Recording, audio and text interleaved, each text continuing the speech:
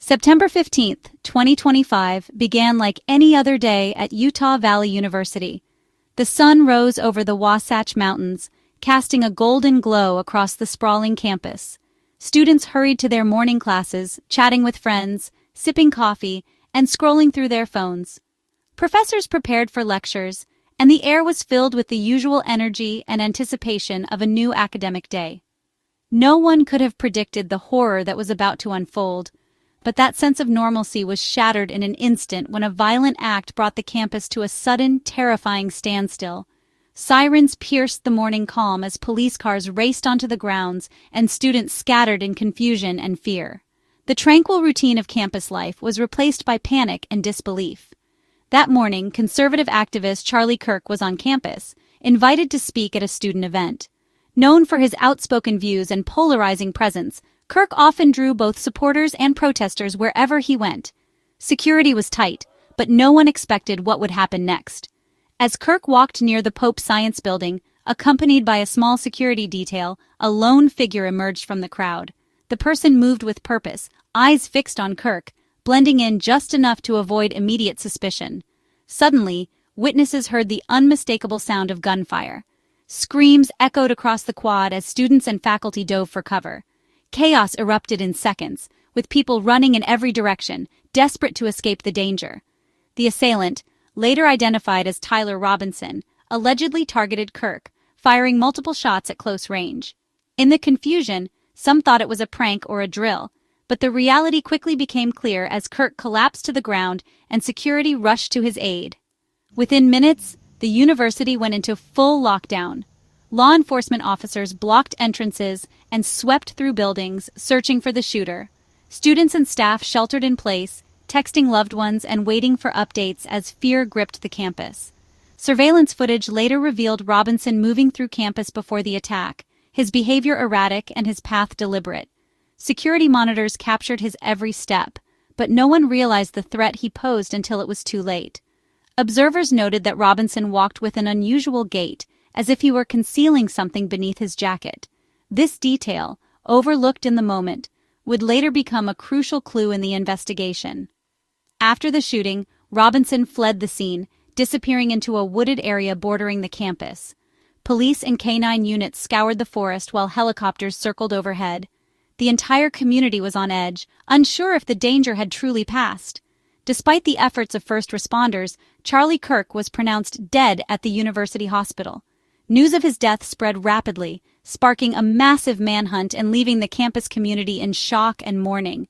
As investigators began piecing together the tragic events of that day, questions swirled about motive, security, and how such a tragedy could have happened in a place meant for learning and growth. The attack would leave a lasting scar on Utah Valley University, forever changing the lives of those who were there.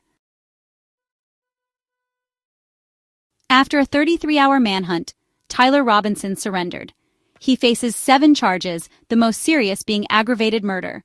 Prosecutors cite the premeditated nature and public setting of the attack.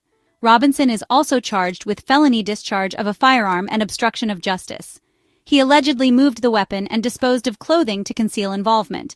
Texts to his partner instructed them to delete conversations, leading to a witness tampering charge. The charges paint a picture of a calculated crime and cover-up. The focus remains on the aggravated murder charge, setting the stage for a legal battle. Utah County Attorney Jeff Gray announced the pursuit of the death penalty.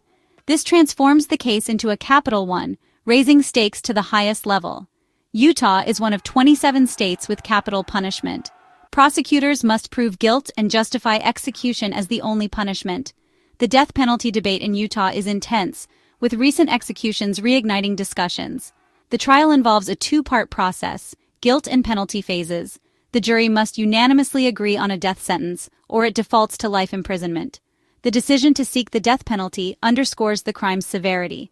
The legal proceedings will be long, costly, and emotionally charged. On September 16th, Tyler Robinson appeared in court virtually. Dressed in an anti-self-harm vest, he showed no emotion. Judge Tony Graff ensured Robinson understood the charges and his rights. Robinson qualified for state-provided legal aid. A protective order for Charlie Kirk's widow was granted. The hearing was procedural, contrasting the emotional turmoil of the case. Robinson's next court date was set for September 29th. This marked the start of his judicial journey, with the death penalty in play. In the immediate aftermath of the incident, a crucial piece of evidence began to surface: Tyler Robinson's text messages to his partner. These weren't just ordinary exchanges, they contained a chilling confession that would soon become central to the investigation. The digital conversation, captured in real time, offered a raw and unfiltered look into Robinson's state of mind just moments after the crime. Within these messages, Robinson expressed deep-seated animosity toward Charlie Kirk, a well-known political figure. He didn't hold back, using charged language that suggested his actions were motivated by more than just personal grievances. The texts hinted at a broader, politically charged motive, painting a picture of a man who saw himself as part of a larger struggle. Robinson's words revealed a self-styled avenger, someone who believed he was taking a stand against what he perceived as hate. He described his actions as a form of retribution, casting himself in the role of a vigilante. This mindset, laid bare in his own words, gave investigators a rare window into his motivations and the emotional intensity driving his decisions. But Robinson didn't stop there. Realizing the gravity of what he had done, he quickly instructed his partner to delete their messages.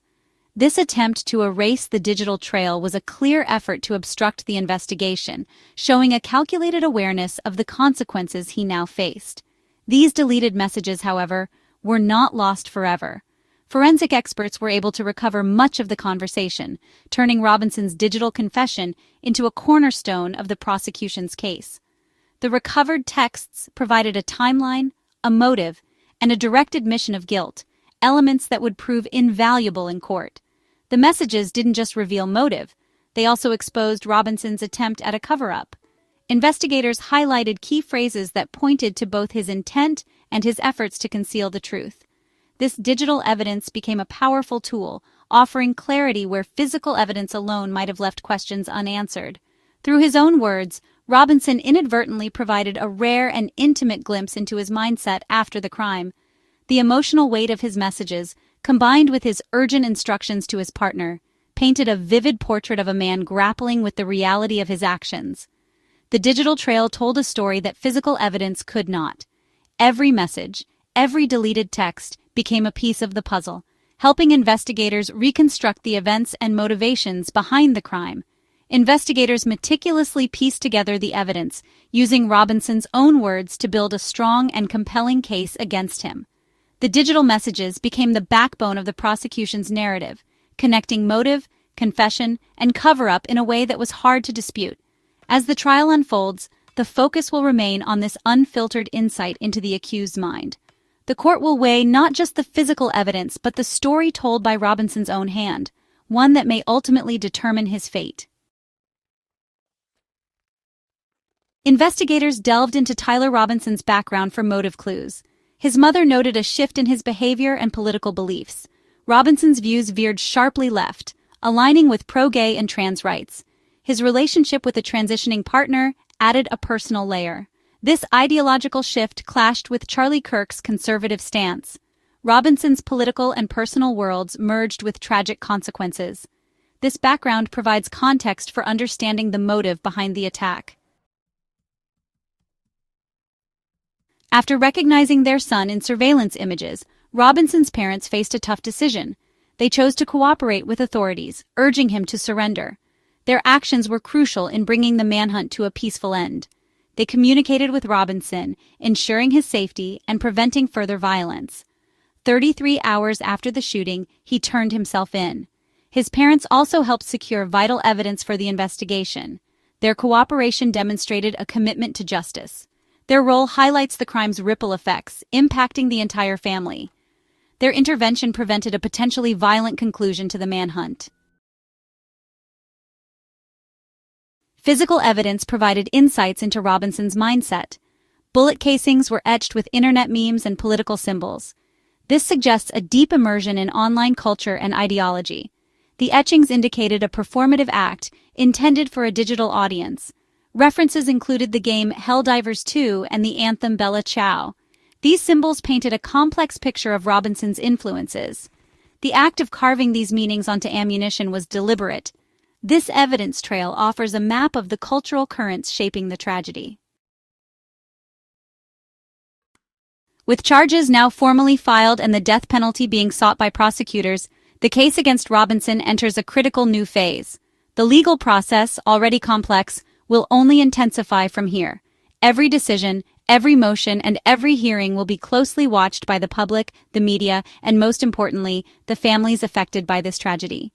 The pursuit of justice is just beginning, and the stakes could not be higher. The next major step is the waiver hearing, scheduled for September 29th. This hearing will determine whether the case moves forward to a preliminary hearing or if Robinson's legal team will choose to waive that right, allowing the case to proceed directly to trial. The courtroom will be filled with anticipation as both sides prepare for what comes next. Robinson's defense attorneys are now faced with crucial decisions. They must weigh the benefits and risks of waiving the preliminary hearing, a move that could shape the entire trajectory of the trial. Behind closed doors, legal teams are strategizing, reviewing evidence, and preparing for the challenges ahead. Every choice they make could have lasting consequences for their client and for the outcome of the case. Meanwhile, the FBI continues its in-depth investigation into Robinson's digital footprint.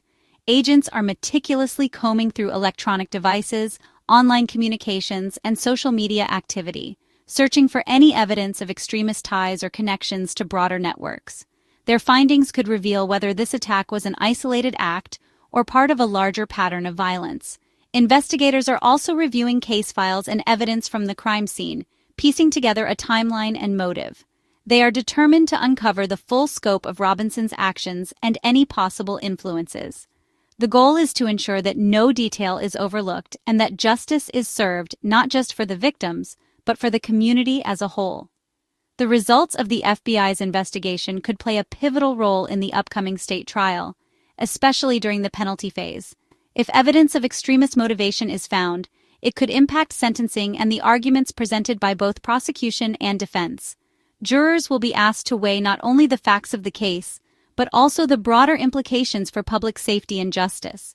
For now, the case remains in Utah's court system, where it is expected to unfold over many months. The legal process will involve numerous hearings, motions, and reviews of evidence. Each step will be carefully scrutinized, as the community and the nation watch for developments in this high-profile case. Given the capital case status, every stage of the proceedings will be handled with the utmost care and attention to detail. Judges, attorneys, and law enforcement officials are all aware of the gravity of the situation. The outcome will have profound consequences, not only for Robinson, but for the legal system and for the families seeking closure. The path to a verdict will be long and emotionally taxing for everyone involved. For the Kirk family, the pursuit of justice is deeply personal, and the community stands with them as the legal process unfolds. As the case moves forward, the search for truth and accountability remains at the heart of every proceeding.